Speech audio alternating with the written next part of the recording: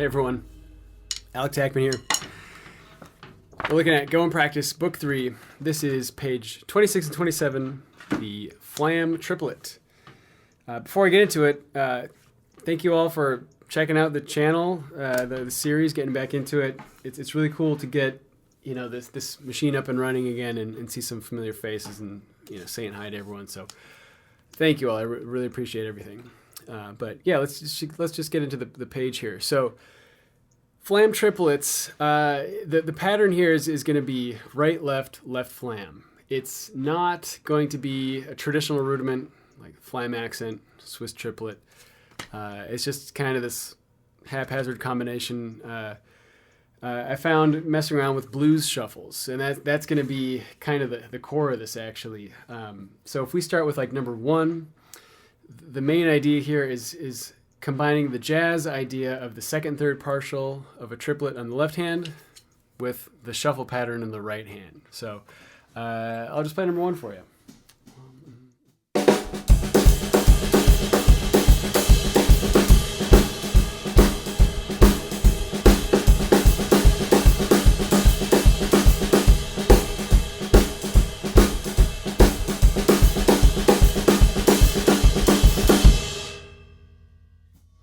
The pattern again is right on the cymbal. And then when you get to that left flam, you could make it a true left flam or a unison. They'll both work. But the point here is we're accenting that the and of the beat. 1 and 2 and 3 and 4 and 1. And this not only being just a fill or a kind of a groove little thing you can throw in there. This is actually highlighting what's called a flat tire groove in shuffles, or what is a double time shuffle, where normally we accent on 1 and 2 and 3 and 4, and it's now the ands of the beats. 1 and 2 and 3 and 4, and it's a pretty rare beat. You're not gonna have to play it a whole lot. Of course, naturally you're gonna keep it simpler if you're gonna play a flat tire groove but this fill kind of echoes that general idea. Number 2 is going to be the same thing. We're just bringing the grace note over to the snare drum.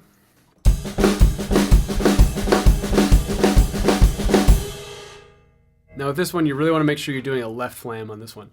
You want to give the right hand the grace note, the little one, because it's got a lot of work to do, like jumping back to that ride cymbal all the time.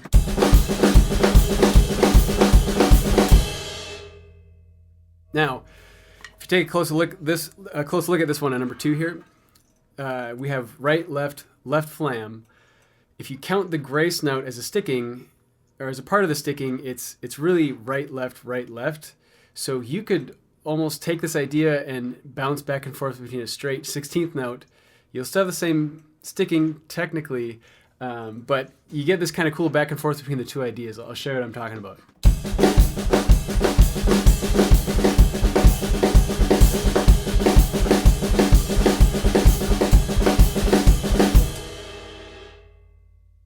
And that could be a cool little thing to mess around with. It works better at faster speeds because then it really blurs.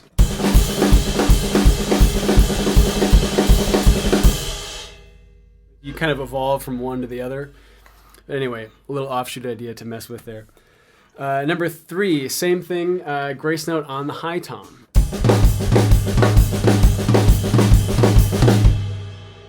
There's a little more of a highlighted accent there. Number 4 is the same thing on the floor tom. I do this one myself a lot. This one, it just has such a heavy thwack on the end of the beat.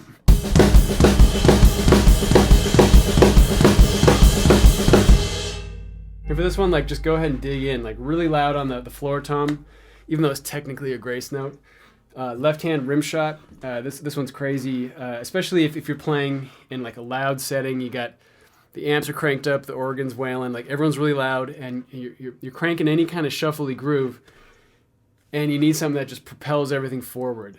I don't like to play just straight triplets, doing fills. I either like to have it be like a unison thing, or do this one. So some context here.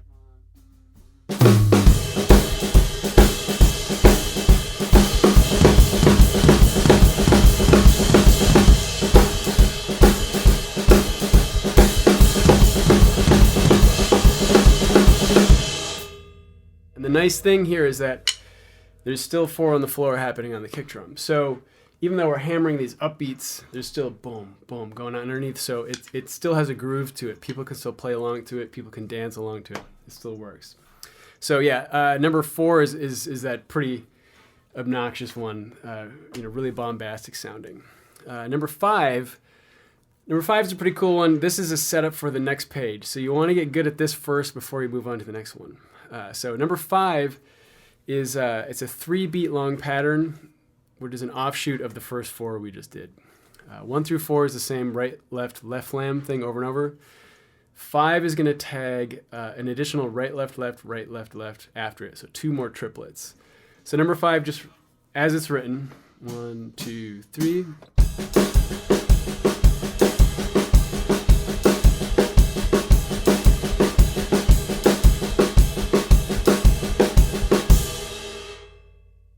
Again, you can hear the jazz influence here. Second and third part of the triplet on the left hand, quarters on the kick, and bum ba dum bum bum in the right hand.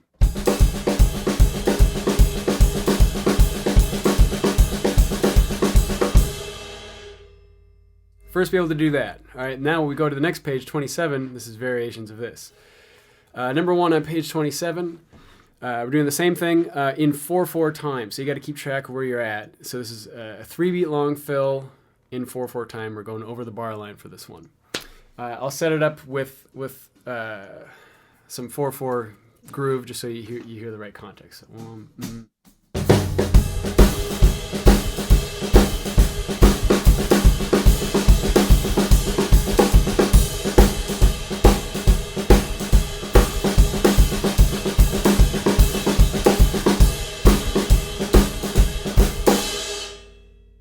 Now you'll notice on there there's some accents, some rooftop accents on the flam and then the beat 3 of the triplets. Those could be crashes, they could be shoulder crashers on your ride, it doesn't matter. I like to play those on the bell sometimes. I think that's kind of a cool thing. And this works just for like any solo moment or like 4 on the floor groove. So on the bell you have this.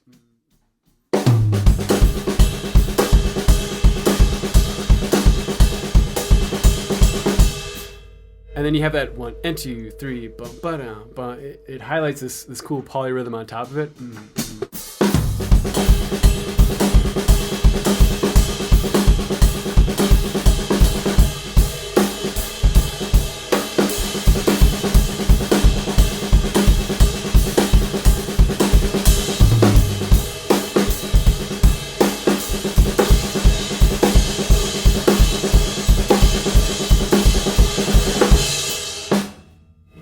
Finish it however you want.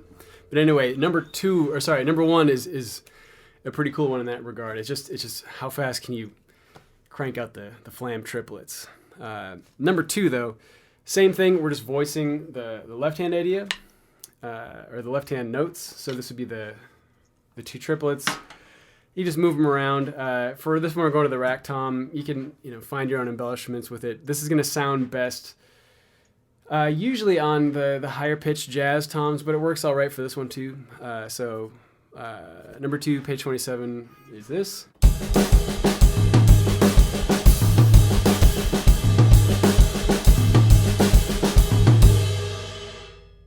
Almost sounds like Manic Depression by Jimi Hendrix.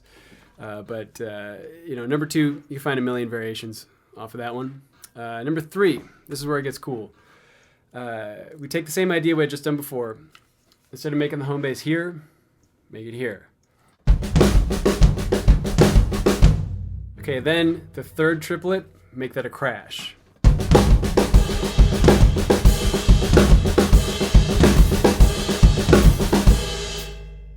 I personally like to keep 2 and 4 in the hat through this one, doing splashes. So.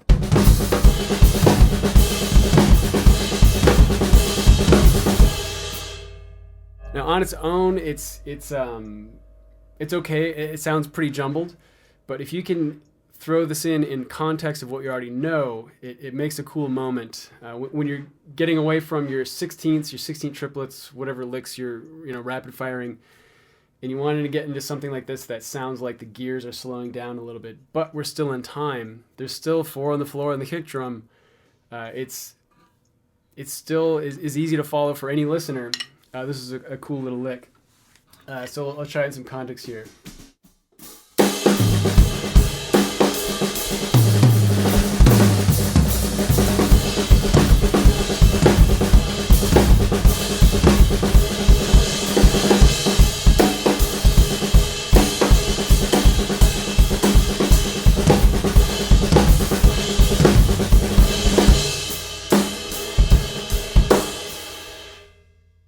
The trick with any of these licks in this book or anything you're ever learning is you want to make sure you can play it in the context of what you already know. That's the most important thing. If you want your playing, your solos, your fills, whatever, when people talk about your flow, that's what it is. Usually when we're learning things, a lot of the time we're just copying other people, whether it's something written down, you're just watching a video, or you see them play or whatever. The trick, though, is you have to add it to your own playing, and you're just going to do that by connecting it to what you already know, be able to get in and out of it comfortably. I think when people talk about practicing, like they'll talk about, you want to be, functional and with a purpose and stay focused and don't waste time just jamming. You want to, practice with intent. And I agree with that, but I also think just sitting down at your kit and just messing around and jamming is also really good for you, because I think that's where you just make all the pathways in your brain between all the little ideas that and you can just play them while you're kind of like, in the zone, as they call it, because that's where you want to be when you're on stage, is not like planning out ahead of time what fill you're going to do. You want to just react in the moment, and that's, getting into kind of jazz improv stuff. But I think usually when you're trying to think ahead too far, that's when you tend to play stuff that doesn't match the music very well. It's kind of like self-serving. You just want to have it ready in your vocabulary as well as you can speak English or whatever, to just get in and out of it comfortably when you want it in the moment. So practice any of these in the context of what you already know. That's hugely important. You can put on the click and do that. That's fine. It doesn't necessarily have to be, but it's getting in and out of it. So anyway, there's my rant on that. Let's see, where were we? 4 and 5 on page 27. These two are kind of the same thing. I'm actually going to start with number 5 first on this one. Number 5 is similar to number 3, except we're changing the last triplet. Where we ended on right, left, left before, it's now going to be right, right, left. And we have to do the sweep from cymbal to the floor tom. So that's our new third triplet. So number 5 is going to be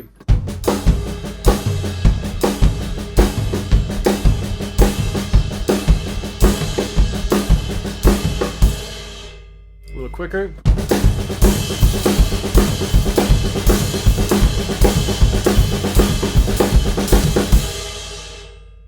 It's got kind of a crazy sound to it, but for the same, purpose as number 3, it can be kind of cool in the right solo.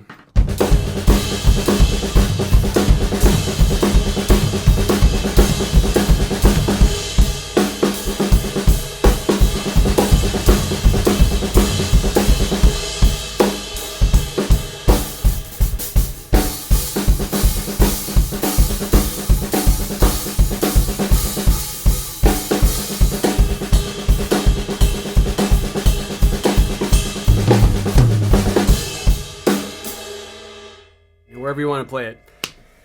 But anyway, yeah, number 4 is the same deal, just without all the floor times going on. The trick with this one is you got to do 3 in a row on the left hand, and that can be kind of tricky. So 4 and 5 are kind of their own special ones on this page. 3, I think, is the big one. And then, of course, like on the previous page, 1, 2, and 3, 4 are just cool little ones you can throw anywhere. You can do 1 of them, you can do 10 of them. Just, little chain links in your flow of thought. So anyway, if you got any questions on any of this, just let me know. Send me a note. Thank you all again for checking out the books and the videos. Hugely appreciate it. I'll see you all next week on the next video.